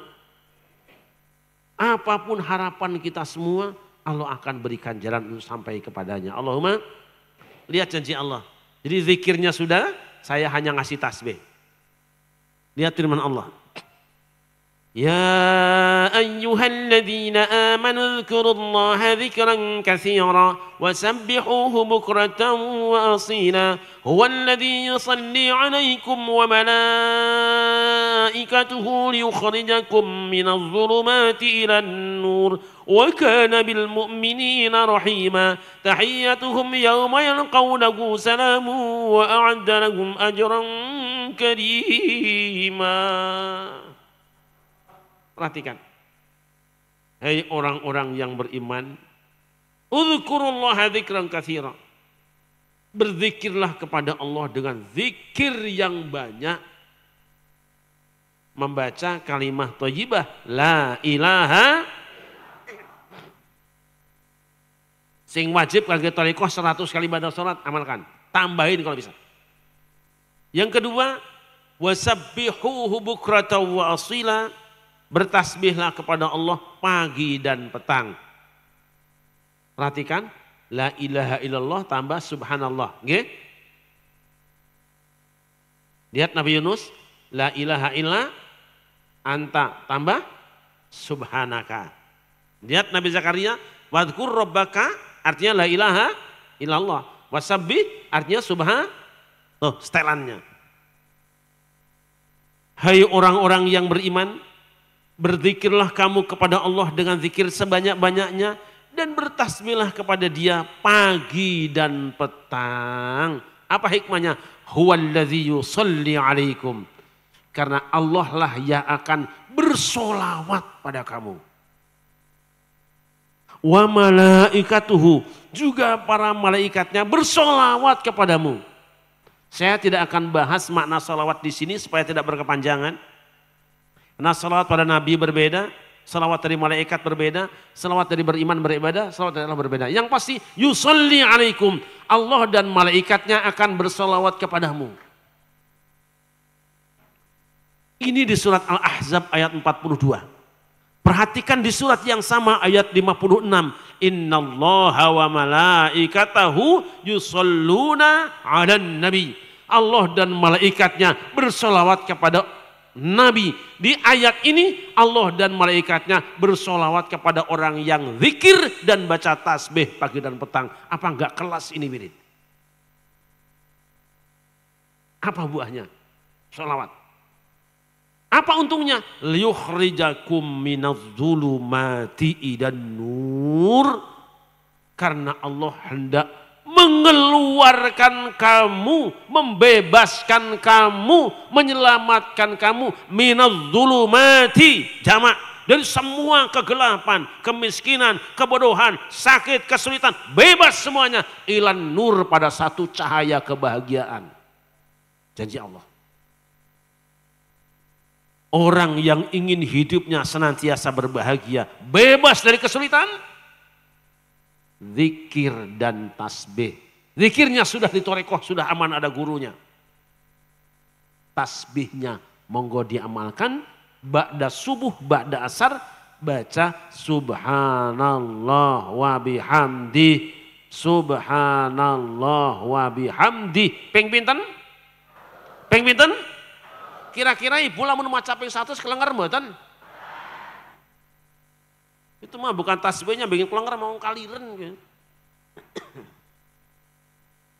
Saya ijazahkan buat ibu semua. Ajaztukum bitasbih mi'ata marrah.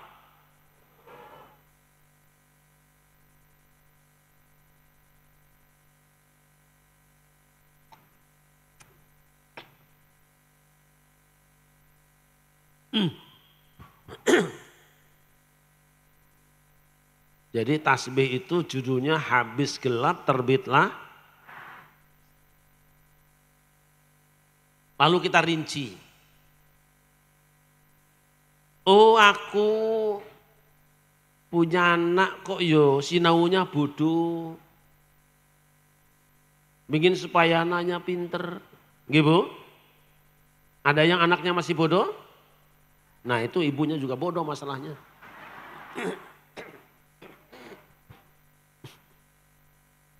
Ibu pagi, ba'da subuh, mundut tuyong nggih. Bening, duduk, baca subhanallah wa bihamdihi, subhanallah wa bihamdihi 100 kali. Kemudian dipungkas dengan satu doa di Al-Baqarah. Subhanaka la ilma lana illa ma 'allamtana innaka antal alimul hakim. Tiupkan. Berdoa. Ya Allah, berikan kecerdasan pada anakku, berikan kemudahan dia mencari ilmu, jadikan orang yang punya ilmu yang bermanfaat. Anaknya panggil pagi-pagi, kalau bisa sebelum minum yang lain, ini air pertama. Nah, jadi bocah aja goblok-goblok nemen lah, kowe lah. Jangan begitulah. Nanti anaknya balas anaknya sapa disit. Nah, sing ayu dhewe, sing gagah dhewe. Ibu seneng duwe anak kowe senajan goblok ayo aja kaya kowe. Buntute aja. Ibu kepengen kowe dadi orang pinter, orang soleh, orang berilmu. Nak, ibu sudah baca doa tadi. Tolong diunjuk ya nak ya. Minum.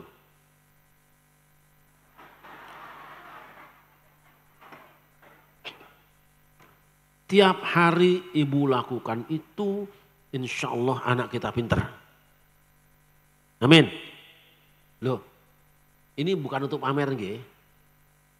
Anak saya semuanya juara umum, juara kelas. Bukan cuma di Indonesia, sampai di Mesir kemarin terbaik di Al-Azhar. Nih.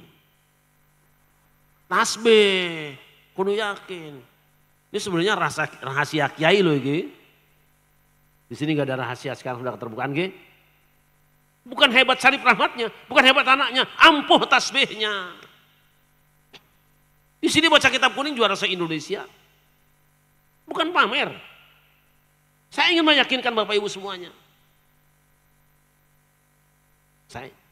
Alhamdulillah ya Allah anakku sudah pintar-pintar tapi anakku yang perawan gak kawin-kawin cuma pacaran ganti-ganti merek.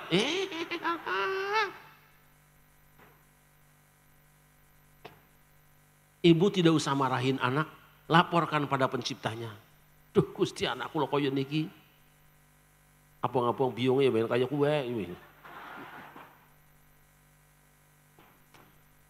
Pagi ba'da subuh ba'da asar ibu baca subhanallah wa bihamdi subhanallah wa bihamdi.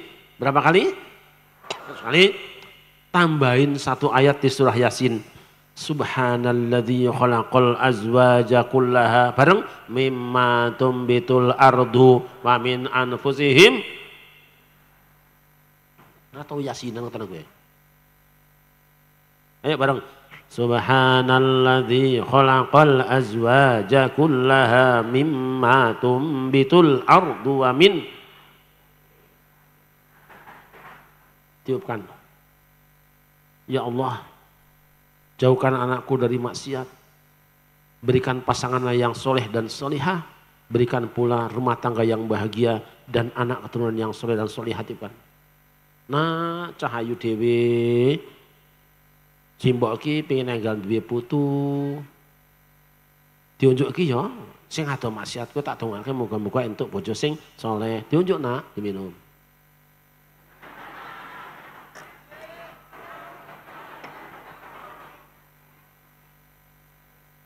Insya Allah anaknya cepat kawin, amin. Tapi jangan salah bapaknya minum, kawin maning cilaka.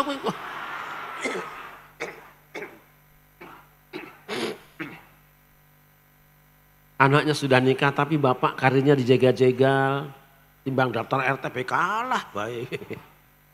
Jangan takut. Punya karir di kantor diganggu terus, ibu tidak usah marah, hibur suami kita, mas, sabar ya mas. Biarpun kamu gak punya jabatan, tapi kan masih punya aku ya mas, yang suka marah-marahin kamu, lumayan mas. Ambil air. Ya kan gak punya bos di kantor, kan kamu punya bos kan diperintah-perintah sama bosnya ya. Gak punya bos ya diperintah nang bojone, kayak gue mbok. supaya karir suami maju dan tidak ada yang menjegal, baca tasbih 100 kali pada subuh, pada asar. Subhanallah wa bihamdi, subhanallah wa bihamdi, subhanallah wa bihamdi. Tambahin 1 ayat di akhir surah Yasin. Fasubhanalladzi biyadihi malakutu kulli syai'in. Kompak-kompak. Fasubhanalladzi biyadihi.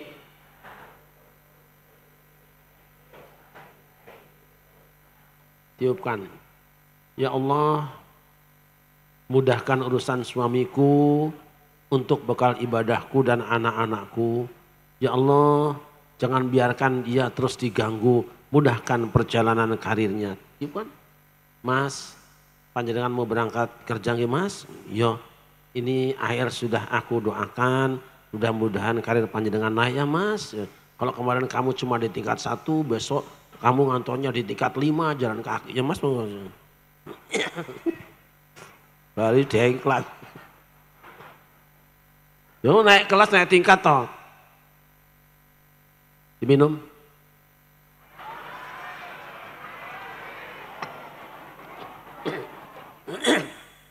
Insya Allah mau ngamuk gajah metah gak ada yang bisa.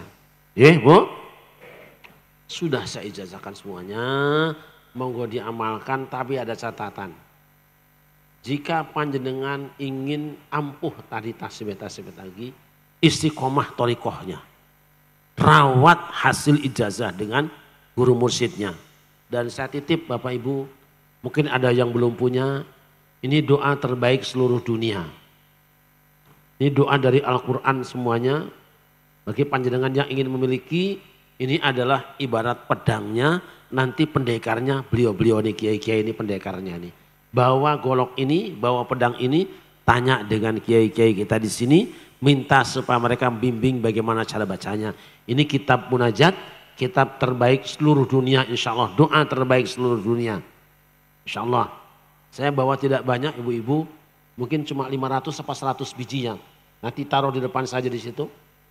Nanti ibu-ibu, saya kan tidak menjual ya, tidak menjual. Nanti kalau ibu bapak berkenan, silahkan ngambil di situ, bayarnya juga di situ. Kan saya nggak ngejual.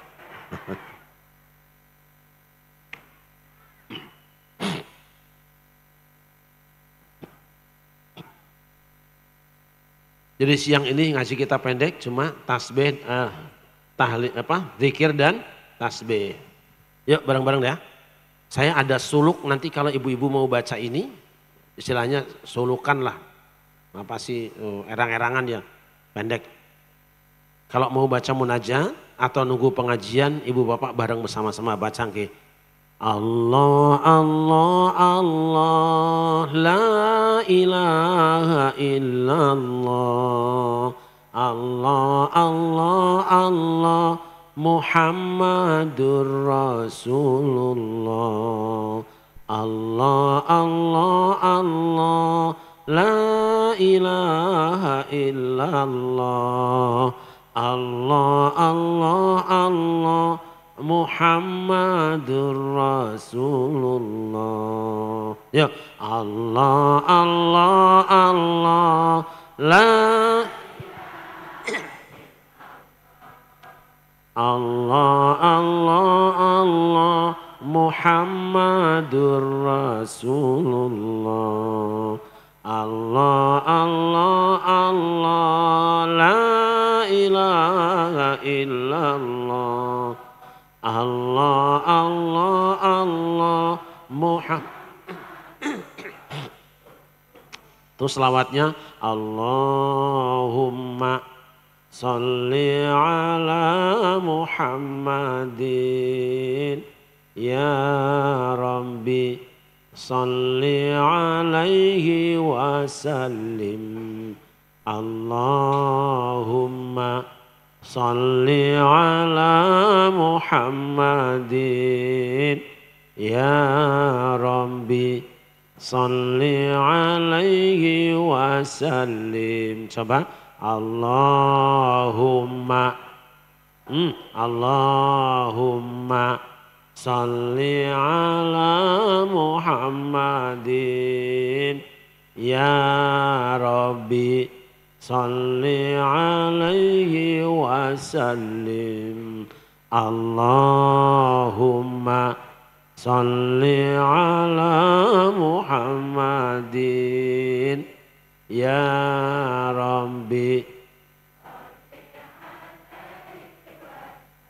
Sambung tadi. Allah, Allah, Allah, la Allah, Allah, Allah, Muhammadur Rasulullah. Allah, Allah, Allah.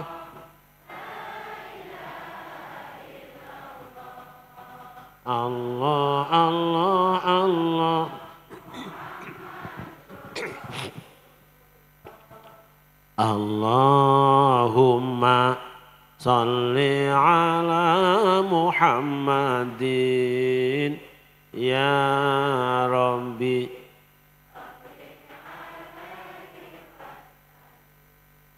Allahumma salli ya Rabbi. Yuk semangat. Allah, Allah, Allah, la Allah, Allah, Allah.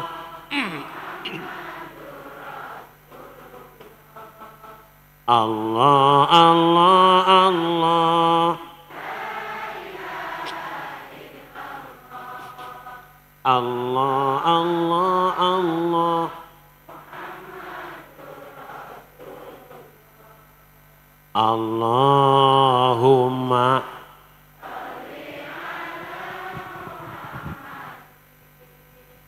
ya Rabbi.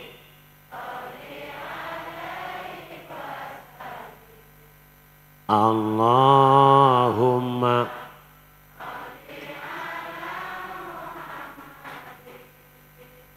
ya Rabbi. Bismillahirrahmanirrahim. Bapak-bapak kurang semangat ya. Allah, Allah, Allah, la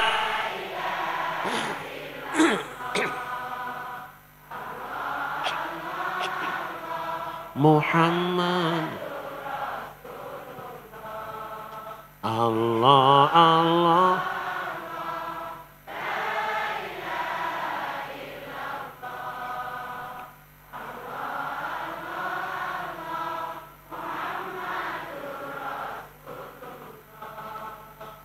Allahumma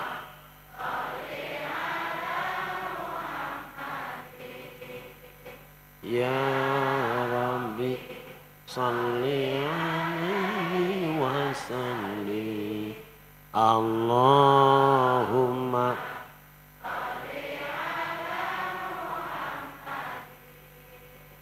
ya Rabbi. Ila hadratin Nabi Mustafa Sayyidina Muhammadin sallallahu alaihi wasallam wa ala alihi wa ashabihi wa azwajihi wa dzurriyyatihi wa ahli baiti ajmain. Syai'ul Fatihah.